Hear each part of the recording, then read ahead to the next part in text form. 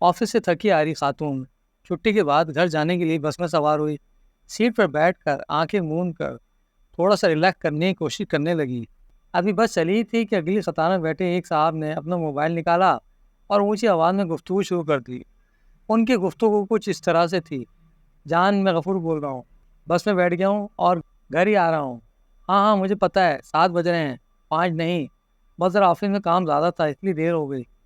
باس کے ساتھ میٹنگ میں تھا. نہیں جان، صرف تم ہی میری زندگی ہو، ہاں قسم سے. اس کی اونچی آواز میں مسلسل گفتگو سے خاتون کا سارا ریلیکس کرنے کا پروگرام غارت ہو چکا تھا اور وہ بہت انیزی محسوس کر رہی تھی. کافی دیر بعد تک ہی جب یہ سلسلہ جاری رہا تو خاتون کی ہمت جواب دے گئی. وہ اٹھی اور فون کے پاس جا کر زور سے بولی: غفور ڈارلنگ، فون بند کرو، بہت ہو چکا. اس پاگل عورت کو کتنی صفائیں دو گے؟ اب غفور صاحب اسپتال سے واپس آ چکے ہیں، لیکن پبلک مقامات پر انہوں نے موبائل کا استعمال مکمل طور پر بند کر دیا ہے.